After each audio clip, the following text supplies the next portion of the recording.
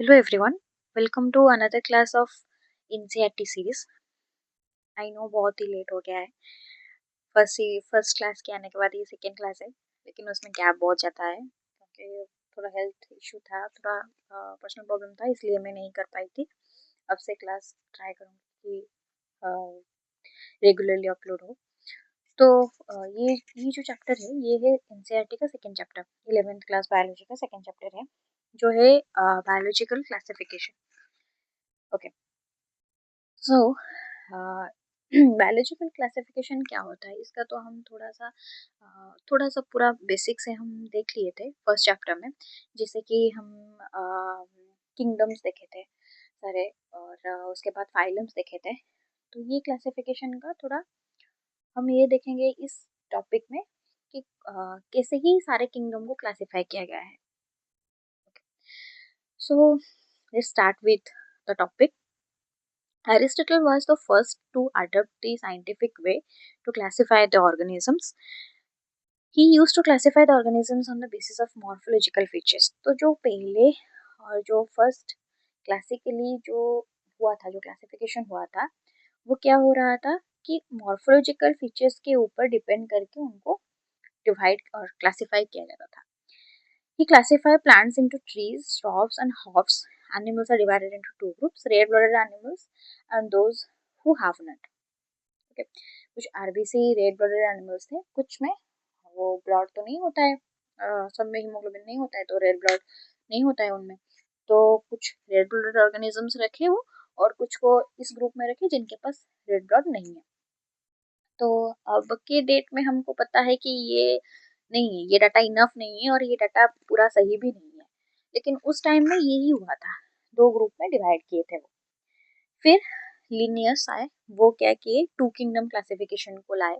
To kingdom classification में वो ये किए कि एक प्लांट किंगडम बना दिए और एक एनिमलिया का किंगडम बना दिए। प्लांट किंगडम में सारे प्लांट्स आ गए और एनिमलिया में सारे एनिमल्स आ गए, लेकिन ये भी सही नहीं था, क्योंकि आज के डेट में हमको ये भी पता है कि अच्छा, जो फंगस थे, फंगस ग्रुप भी प्लांट्स में इंक्लूडेड थे। ठीक है, तो आज के डेट में हमको ये पता है कि बैक्टीरिया के लिए कुछ अलग ही किंगडम रखा गया है, प्रोटिस्टा के लिए कुछ अलग किंगडम रखा गया है, लेकिन उस टाइम में सारे ही एक एनिमल किंगडम में थे और फंजाई इसमें था, प्लांट्स में था। ठीक है, सो लिमिटेशंस क्या हो गए टू किंगडम क्लासिफिकेशन का? A large number of organisms did not fall into either category. Okay, then number distinguish between no distinguishing between photosynthetic and non-photosynthetic organisms. कुछ डिस्टिंग्विश ही नहीं हो पाया। जैसे कि हम प्लांटी को ले लेते हैं, प्लांटी किंगडम में हमको पता है कि प्लांट सारे हैं जो कि फोटोसिंथेटिक है, लेकिन फंगस तो था इसमें, तो फंगस तो नॉन फोटोसिंथेटिक हुआ, लेकिन वो भी प्लांटी में आके बैठा था, तो फिर वो भी नहीं हुआ, एक लिमिटेशन वो भी आता है। फिर no differentiation between unicellular and multicellular organisms. There was no systematic differentiation between these two. Then could not distinguish between prokaryotes and eukaryotes. क्योंकि मोनेरा हमको जैसे पता है कि वो प्रोकैरियोट है, लेकिन उस टाइम में कुछ मोनेरा का कुछ सेपरेट किंगडम भी नहीं था, तो फिर यूकैरियोट्स और प्रोकैरियोट्स को एक में लेके बिठा दिए थे, तो फिर नो सेपरेशन था, उसमें कुछ सेपरेशन ही नहीं था। फिर आया हमारा फाइव किंगडम क्लासिफिकेशन, जिसको लाए थे R H. Whittaker in the year of 1969। The criteria क्या था क्लासिफिकेशन का? सेल स्ट्रक्चर, बॉडी का जो ऑर्गेनाइजेशन होता है वो, mode of nutrition, reproduction and phylogenetic relationship. Phylogenetic relationship का मतलब ये होता है कि evolutionary relationship between other groups of organisms. Okay, so kingdoms में कौन कौन थे? Monera, protista, fungi, Plantae and Animalia. This is the five kingdom classification. इसको देखते हैं हम, ये फाइव किंगडम क्लासिफिकेशन का है। ये मोनेरा हो गया, ये प्रोटिस्ट हो गए सारे, ये फंगाई, और ये प्लांटी एंड ये एनिमलिया ग्रुप। ठीक है, दीज आर द किंगडम्स। फिर चलते हैं हम, एक डोमेन भी होता है किंगडम के ऊपर। तो it divides the kingdom Monera into two domains. ये डोमेन में क्या होता है, एक किंगडम जो होता है ना, हमारा जो मोनेरा किंगडम होता है, ये मोनेरा किंगडम में दो डिविजन्स होते हैं। ठीक है, जैसे आर्किया ना यूबैक्टीरिया, ये दोनों काफी अलग होते हैं। एक दूसरे से, लेकिन ये किंगडम मोनेरा में आते हैं। तो फिर एक 3 डोमेन क्लासिफिकेशन है जिसमें मोनेरा को डिवाइड किया गया है 2 डोमेन्स में, आर्किया एंड यूबैक्टीरिया। फिर जो सारे रह गए उनको यूकैरिया में ले आए थे। यहीं से शुरू होता है 6 किंगडम क्लासिफिकेशन। कैसे? ये किंगडम मोनेरा को ब्रेक किया गया है आर्किया एंड यूबैक्टीरिया में, तो ये दोनों 2 किंगडम हो गए। ठीक है, चलता है। किंगडम मोनेरा फर्स्ट किंगडम होता है ये। It includes all the unicellular organisms. Those organisms are prokaryotes. What is prokaryotes? Prokaryotes means, here pro means जिनका primitive nucleus होता है, और कैरियोट्स जो टर्म आया है वो कैरियन से आया है, जिसका मतलब है न्यूक्लियस। जो न्यूक्लियस इनके पास होता है वो प्रिमिटिव होता है। किस नजरिए से? कि उस न्यूक्लियस का नो न्यूक्लियर मेम्ब्रेन, कोई न्यूक्लियर मेम्ब्रेन नहीं होता है उनके पास। So there is no distinction between the nuclear compartment and the cytoplasmic compartment. ठीक है, तो हम नहीं बोल सकते कि एक डेजिग्नेटेड न्यूक्लियस है उसमें, क्योंकि कोई कंपार्टमेंटलाइजेशन ही नहीं है। ठीक है, फिर bacteria is the sole organism for this kingdom and it includes 2 divisions. जैसे मैं बोल रही कि archaebacteria, archaea and eubacteria दोनों होते हैं। आर्किया को हम आर्की बैक्टीरिया भी बोलते हैं। तो bacteria are cosmopolitan distribution, means they are worldwide distributed. Some of these can live in extreme habitats. They can be extremophiles. Those who live in extreme habitats are called extremophiles. Means they love to live in extreme environments. Those environments which we can thought of कि कोई organism वहाँ पे जिंदा भी रह सकता है, जैसे कि हॉट स्प्रिंग्स, सी वाटर, बहुत एक्सट्रीमली टेम्परेट क्लाइमेट हो, एक्सट्रीमली कोल्ड क्लाइमेट हो, तो वहाँ पे भी ये बैक्टीरिया रह सकते हैं, क्योंकि उनका सेल वॉल डिफरेंट होता है देन यू बैक्टीरिया। ठीक है, ये बैक्टीरिया डिवाइड होते हैं 4 ग्रुप्स में। अच्छा, ये बैक्टीरिया नहीं, सारे बैक्टीरिया डिवाइड होते हैं 4 ग्रुप्स में on the basis of their shape. पहला आ गया स्फेरिकल शेप जिनका होता है, उनको कोकस बोला जाता है। जिनका रॉड शेप होता है वैशिली बोला जाता है। कॉमन से कोमा सेप्ट बैक्टीरिया को विब्रियम बोला जाता है एंड स्पाइरल स्पिरिलियम बोला जाता है। जैसे हम सेप इधर से देख सकते हैं, ये कोकस आ गए, ये सारे वैसिली आ गए, ये स्पिरिला और ये vibrio, those are comma shaped. Then they can be autotrophic और हेटेरोट्रॉफिक। ठीक है, ऑटोट्रॉफिक मतलब they can make their own food, make their own food. इसमें भी वो होते हैं, इसमें भी फोटोसिंथेटिक होते हैं एंड केमोसिंथेटिक होते हैं। Photosynthetic are those who use sunlight as the energy source. Chemosynthetic are those who use inorganic chemicals, inorganic elements as the energy source. And heterotrophs depend on other organisms to fulfill their nutritional requirement. Okay. पहले देखते हैं हम archaebacteria को। Archaebacteria, they live in the most harsh habitats. They are extremophiles.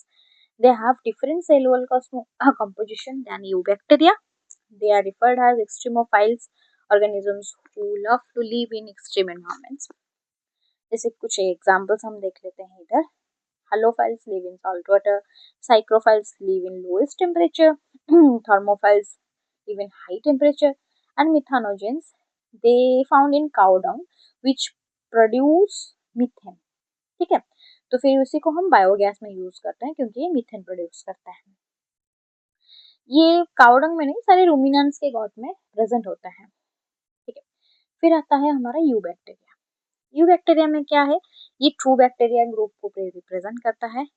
ये इसका rigid cell wall है, motile है, जिनमें फ्लैजेलम देखा जाता है वो मोटाइल होते हैं। मोटाइल मतलब दे कैन मूव। ठीक है, सियानोबैक्टीरिया पहले आ गया। सियानोबैक्टीरिया को हम ब्लू ग्रीन अलगी कॉमनली बोलते हैं। They have the chlorophyll alpha group similar to that of the higher plants. So इनके पास क्लोरोफिल है, इसका मतलब ये है कि इनके पास फोटोसिंथेटिक पिगमेंट है, जिसका मतलब ये है कि वो फोटोसिंथेटिक ऑटोट्रॉफ्स हो जाता है ये। तो ये यूनिसेलुलर होते हैं, कोनिकल और फिलामेंटस होते हैं। कोनिकल नहीं, सॉरी, ये एक्चुअली कॉलोनियल है, टर्म इधर थोड़ा सा भूल टाइप हुआ है, कॉलोनियल है। फिलामेंटस होता है फ्रेश वाटर, मरीन और टेरेस्ट्रियल होता है as their habitat. Colony is surrounded by gelatinous sheath. इनके जो कॉलोनी होता है वो कॉलोनी, कॉलोनी का मतलब दे लिव इन एग्रीगेशन, तो उनके सराउंडिंग एक जिलेटिनस शीथ होता है, उनको प्रोटेक्टिव कवरिंग करके, ऐसे यहाँ पे हम देख सकते हैं म्यूसिलाजिनस और जिलेटिनस शीथ है। They responsible for the algal bloom in the polluted water bodies। algal bloom क्या होता है, कुछ कुछ ऐसे ही वाटर बॉडी को हम देखेंगे जिनमें एक लेयर ऑफ ग्रीन और येलो कलर का हो गया होता है।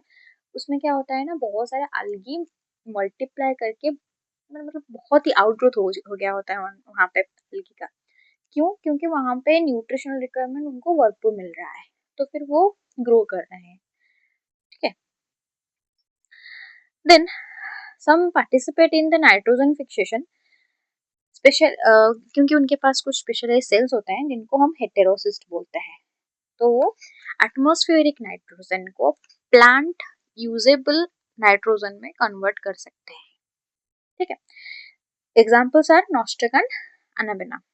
केमोसिंथेटिक ऑटोट्रॉफ्स भी होते हैं जो ऑक्सीडाइज करते हैं इनऑर्गेनिक सब्सटेंसेस को, जैसे कि नाइट्राइट्स, अमोनिया एंड नाइट्रेट्स को, एंड बनाते हैं क्या ना, ATP. They participate in the nutrient cycling. Okay. Then heterotrophic bacteria. Heterotrophic bacteria are the major decomposers. They helpful for curdling of milk, antibiotic production, nitrogen fixation in legume of legume roots of those plants जिनके पास root nodules होते हैं। ठीक है। They can be disease causing bacteria or pest, and they divide or reproduce by fission. Under unfavorable condition, they can make spores. Spores are extremely resistant.